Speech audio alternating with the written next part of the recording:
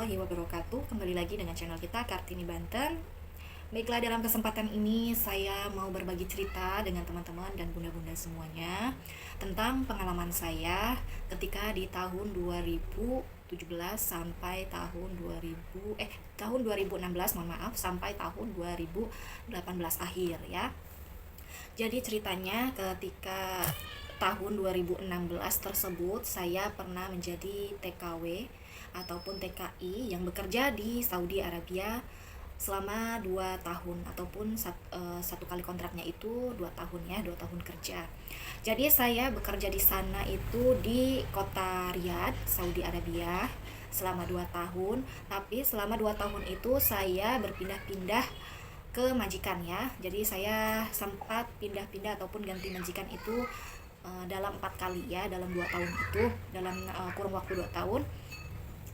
Nah, pengalaman yang sangat besar sekali yang saya dapatkan di Saudi Arabia ataupun saya bekerja di sana ya. Sebab di sana saya mendapatkan ilmu-ilmu kehidupan yang dulunya itu belum saya pernah dapatkan ya ketika saya bekerja di negara saya sendiri. Jadi sebelumnya itu saya pergi ke Saudi, saya sempat bekerja di beberapa perusahaan, dari mulai perusahaan retail sampai perusahaan swasta yang ada di negara saya ya, yaitu di Indonesia. Lebih tepatnya masih di lingkungan Banten ya. Jadi saya sempat bekerja di situ dengan saya sempat berpindah-pindah perusahaan juga gitu ya. Yang notabene itu pekerjaan saya di Indonesia itu hanya 8 jam kerja ataupun maksimal 9 jam kerja. Itu bagaimana kita ya, kalau misalkan kita kerja di retail itu ada kerja seperti loyalitas kita ataupun seperti kita mengikhlaskan waktu lembur kita walaupun tidak dibayar gitu untuk rapi-rapi barang dan lain sebagainya ya. Itu kalau misalkan kita bekerja di retail ya. Dan sebelum saya berangkat ke Saudi juga, sebelum saya bekerja di sana, saya juga sempat bekerja di salah satu perusahaan ataupun pabrik ya, pabrik asbes gitu ya, sebagai admin marketing di sana gitu ya. Eh, Hanya dalam 1 tahun sih saya bekerja di sana, tapi saya mendapatkan juga ilmu yang bermanfaat juga di sana gitu ya. Dan saya sambil bekerja sambil saya belajar juga, maksudnya saya sambil meneruskan kuliah, tapi karena ada alasan ekonomi yang tidak dapat saya tunaikan untuk perkuliahan saya, jadi hanya dalam beberapa semester saja saya mengikuti kuliah tersebut ya, dan akhirnya saya memutuskan untuk bekerja ataupun pergi ke Saudi Arabia ya. Nah, ketika itu saya masih usia dalam 20 tahun ataupun 21 tahun ya, kurang lebih pokoknya 20 tahun mau ke 21 tahun saya bekerja di sana. Dan banyak banget pengalaman-pengalaman yang bermanfaat ataupun pengalaman-pengalaman yang belum pernah saya dapatkan dalam bekerja di Indonesia. Nah, kenapa saya bilang seperti itu? Karena dari jam kerja saja kita itu sudah berbeda ya, sudah berbeda jauh gitu ya. Mungkin memang ya ada seperti tanda tangan kontrak dan lain sebagainya, penjelasan segalanya, job desknya kita harus bekerja itu berapa jam, terus istilahnya job desk kita itu mengerjakan apa, menjaga anak atau kita memasak di dapur gitu ya. Tapi karena pas waktu itu notabene saya itu baru bekerja di sana ataupun istilahnya masih pemula lah ya, saya bekerja di sana. Jadi saya tidak memahamin betul untuk job desk kerjanya, karena disebabkan untuk tanda tangan kontraknya aja itu dalam berbahasa Arab, dan saya kurang ingat sih untuk isi tanda tangan kontraknya itu ya seperti apa, apakah tulisannya bahasa Arab doang atau ada tulisan bahasa Inggrisnya. Yang pasti ketika kita tanda tangan kontrak itu kita tidak dijelaskan job desk kita itu apa-apa gitu ya, jadi kita disuruh tanda tangan, ya udah tanda tangan aja gitu. Karena kebetulan saya itu bekerjanya kan di perumahan ya, jadi seperti PRT lah gitu. Kita bekerja di sana, kita memegang apa saja gitu pekerjaan yang ada di rumah itu. Kalau misalkan kita lagi masak ya kita masak, kalau kita lagi beberes ya kita beberes, kalau kita lagi jaga anak ya kita lagi jaga anak gitu, seperti itu ya. Tapi ketika majikan saya yang pertama, saya cerita sedikit ya. Ketika saya majikan pertama itu aslinya orang Maroko ya, untuk majikan perempuannya itu aslinya orang Maroko, dan kalau si babanya itu ataupun misternya itu asli orang Saudi gitu ya. Jadi dia tinggal di perumahan, saya kurang inget ya di mana, tapi ada salah satu di kota Riyadh ya, perumahan yang besar sekali rumahnya ya, 4 lantai, dan saya itu tinggal di situ, tidur di kamar yang paling atas ya, yang pokoknya paling atas aja lah untuk kamar saya ya. Dan ketika itu singkat saja saya cerita ya. Untuk majikan pertama, pokoknya saya bekerja seperti biasa, saya bekerja sendirian, menghandle sendirian, menjaga anak, masak, sambil beberes rumah 4 lantai. Saya kerjakan sendiri karena saya masih non ataupun saya belum ada pengalaman bekerja di Saudi, jadi saya bingung gitu harus bagaimana gitu. Dan awal-awal saya bekerja di sana sangat bingung, kepala saya sangat pusing sebab saya harus mengerjakan semua pekerjaan rumah dari lantai 1 sampai lantai 4. Coba bayangkan ya dengan teman-teman bagaimana gitu kan ya. Dan saya ingat sekali pas waktu awal saya bekerja itu, pagi-pagi sekali saya sudah bangun ya. Maksudnya start kerja saya dari jam 5 pagi itu saya sudah bangun, sudah saya sapu-sapu, sudah saya coba pel-pel seperti itu.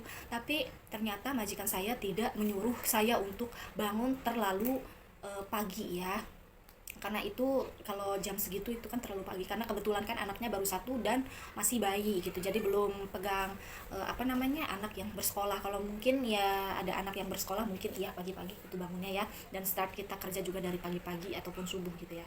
Tapi ini tidak, saya bekerja dari pagi sampai larut malam ya. Pas waktu awal-awal saya bekerja itu, untuk awal-awal majikan saya itu baik ya, terlihat baik gitu ya, tidak ada neko-neko segala macam.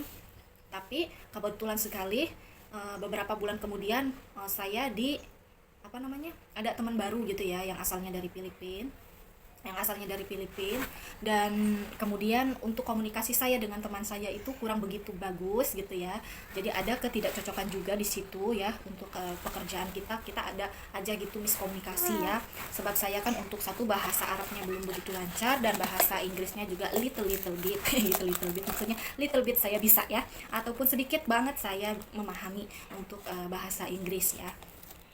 Dan kemudian setelah 6 bulan saya bekerja di sana, saya meminta kepada majikan saya untuk dikembalikan ke agensi ataupun ke kantor yang ada di Riyadh. Dan kebetulan banget kantornya itu ada di Riyadh ya, dekat sih kayaknya dari perumahan majikan saya yang pertama itu ke agensi itu dekat, nggak jauh, nggak nyampe sejam gitu, paling kisaran 30 menit ataupun 20 menit sampai gitu ya ke agensinya, ke kantornya gitu. Nah, kenapa sih alasan saya pindah ke majikan? Karena sejujurnya saya takut dengan si Baba ataupun dengan Mister ya. Sedikit saja saya cerita, si Mister ini ketika istrinya itu pulang kampung ke Maroko, si Misternya ini sempat minta saya untuk memijat beliau gitu ya. Karena saya itu posisinya mungkin masih polos dan saya tidak paham apa ini gitu kan ya. Oke, jadi saya turutin, dia meminta dipijat itu. Tapi untuk pijatnya itu hanya pijat kaki aja ya, sama tangan gitu. Walaupun dia itu seperti menjurus-jurus gitu ya, karena dia sempat berbicara, cukup dengan bismillah kamu sah menjadi mahram saya, ataupun kamu sah menjadi istri saya, sepertinya begitu bahasa dia ya. Jadi saya tidak menuruti kemauan si Mister, dan kemudian saya disuruh keluar. Dan setelah disuruh keluar, okelah saya keluar. Setelah itu keesokan harinya si Mister manggil saya untuk melihat lipatan baju yang ada di lemari dia ya. Dia seperti mencari sesuatu hal gitu, baju atau apa gitu ya, saya lupa. Cuman dia bilang, kamu ini kerjaannya nggak bagus, kamu ini bla bla bla bla, dan sampai isi lemari itu dikeluarkan semua oleh si Mister ya, ataupun oleh si Baba ya.